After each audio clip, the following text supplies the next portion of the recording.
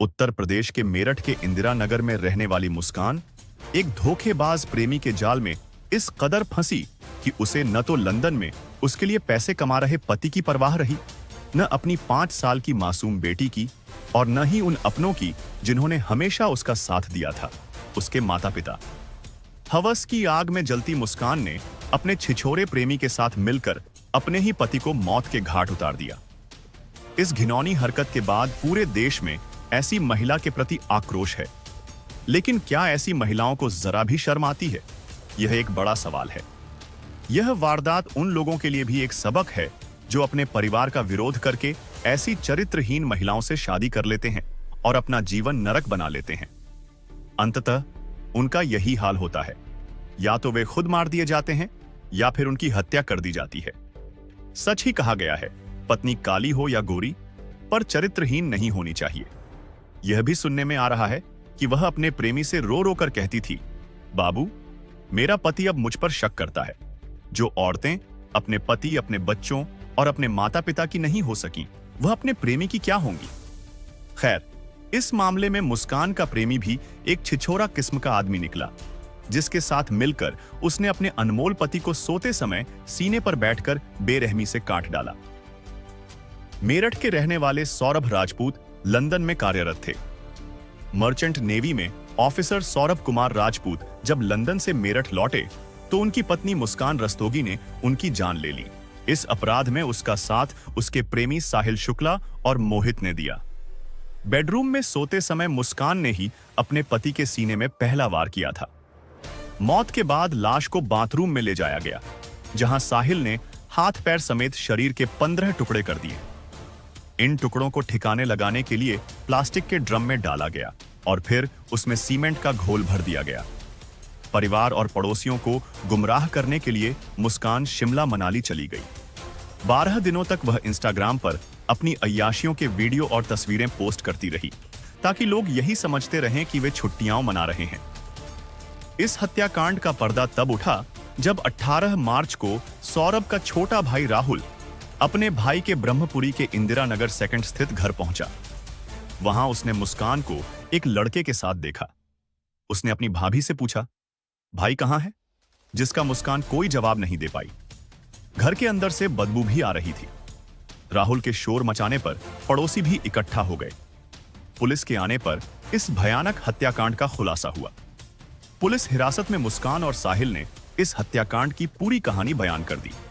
मुस्कान साहिल से कैसे मिली, 4 मार्च की रात सौरभ राजपूत का निर्मम कत्ल कैसे हुआ और लाश को ठिकाने लगाने की क्या योजना थी, हर एक बात विस्तार से बताई गई। दरअसल सौरभ राजपूत मर्चेंट नेवी में कार्यरत थे और उनकी पोस्टिंग लंदन में थी।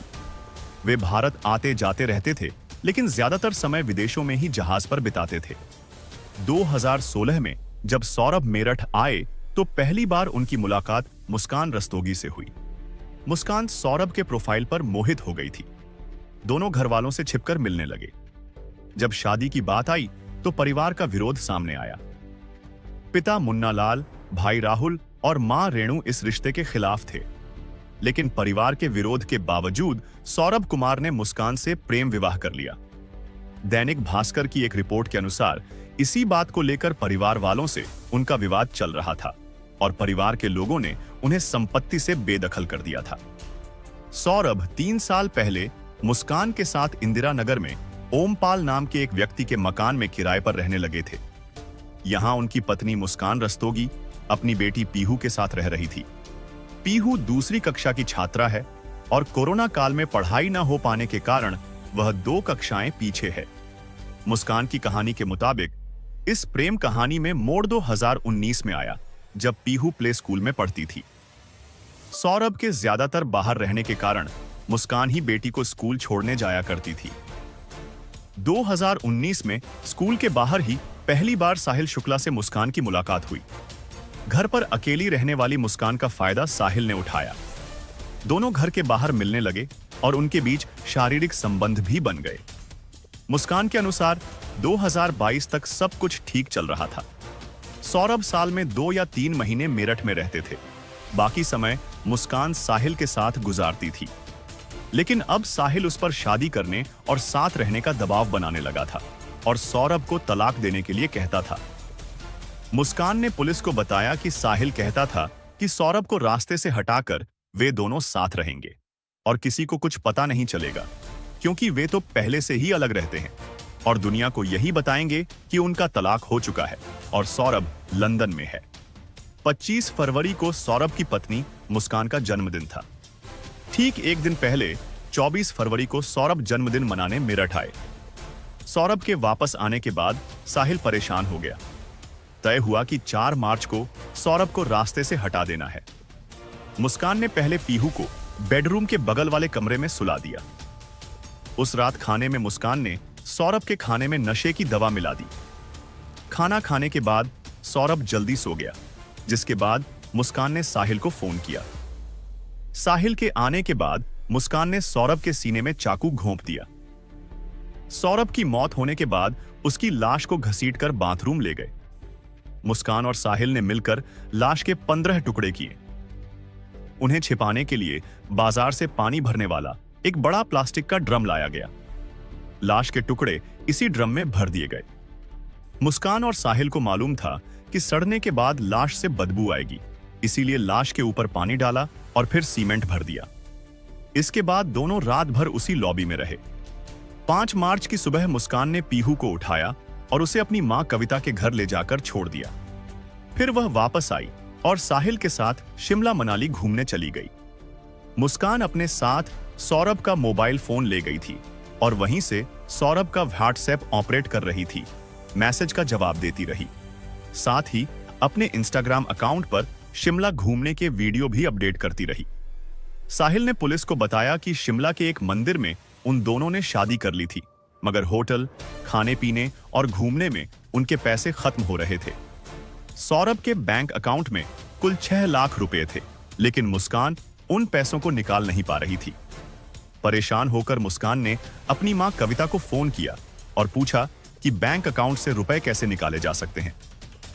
तब मां ने गुस्से में पूछा कि सौरभ तो तुम्हारे साथ होना चाहिए, रुपयों की जरूरत क्यों है? तब मुस्कान ने अपनी मां को बता दिया कि उसने सौरभ को मार डाला है और लाश इंदिरा नगर वाले घर में रखी है। मां के कहने पर 17 मार्च को मुस्कान साहिल के साथ मेरठ वापस आ गई। इधर सौरभ का भाई राहुल बीते कई दिनों से अपने भाई से बात करने की कोशिश कर रहा था, लेकिन उसकी फोन पर बात नहीं हो पा रही थी। राहुल मंगलवार को भाई के किराए के घर पर पहुंचा, लेकिन वहां कोई नहीं मिला। उसने फिर भाभी मुस्कान को कॉल किया और भाई के बारे में पूछा। मुस्कान ने कहा, मैं तो मायके आई हूं, मुझे सौरभ की कोई जानकारी नहीं है। उसके बाद राहुल को अनहोनी की आशंका हुई। वह आसपास के लोगों से सौरभ के बारे में पूछताछ करने लगा। तभी अचानक मुस्कान उसी साहिल के साथ वहां पर पहुंच गई। राहुल ने फिर अपनी भाभी से अपने भाई के बारे में जानकारी मांगी, लेकिन वह संतोषजनक जवाब नहीं दे पाई। राहुल को एक अपरिचित युवक के साथ भाभी को देखकर कुछ अजीब सा लगा। उसने मुस्कान से फिर पूछा कि साथ आया लड़का कौन है, जिस पर वह चुप्पी साध गई। इसके बाद राहुल को घर के भीतर से तेज बदबू महसूस हुई। उसने शोर मचाते हुए मुस्कान और उसके साथ आए युवक को दबोच लिया। आसपास के लोग भी इकट्ठा हो गए और इस मौके पर पुलिस पहुंचकर मुस्कान और उसके साथ आए मोहित को हिरासत में ले ली।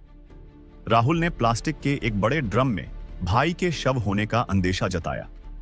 ड्रम को ढक्कन लगाकर सीमेंट डालकर पूरी तरह से पैक कर दिया गया था। हिरासत में पूछताछ में सामने आया कि साहिल गांजे का नशा करता था और उसने मुस्कान को भी गांजा पीने की लत लगा दी थी। यही वजह थी कि मुस्कान साहिल को छोड़ नहीं पा रही थी। मामले में एसपी सिटी आयुष विक्रम सिंह ने कहा कि मंगलवार देर शाम ब्रह्मपुरी पुलिस को इंदिरा नगर इलाके में एक व्यक्ति की हत्या की सूचना मिली थी। सूचना के आधार पर पुलिस मौके पर पहुंची और जांच पड़ताल शुरू की। इस दौरान बड़ा प्लास्टिक का ड्रम मिला, जो पूरी तरह से सीमेंट से भरा हुआ था। पुलिस ने ड्रिल मशीन से ड्रम को तोड़ने की कोशिश की, लेकिन लाश को निकालना संभव नहीं हो पाया। 2 घंटे की मशक्कत के बाद पुलिस ड्रम को ब्रह्मपुरी थाने ले गई। पूछताछ में मालूम चला कि मृतक सौरभ राजपूत मर्चेंट नेवी में कार्यरत थे। दोनों आरोपियों ने कबूल कर लिया कि 4 मार्च को साहिल ने मुस्कान के साथ मिलकर सौरभ राजपूत की चाकू से हत्या कर दी थी। हत्या के बाद शव के 15 टुकड़े किए और लाश के टुकड़े को एक प्लास्टिक ड्रम में डालकर सीमेंट से भर दिया ताकि किसी को शक न हो। पुलिस ने ड्रम से शव को बरामद कर पोस्टमार्टम के लिए भिजवा दिया है। मुस्कान और साहिल पुलिस की हिरासत में हैं।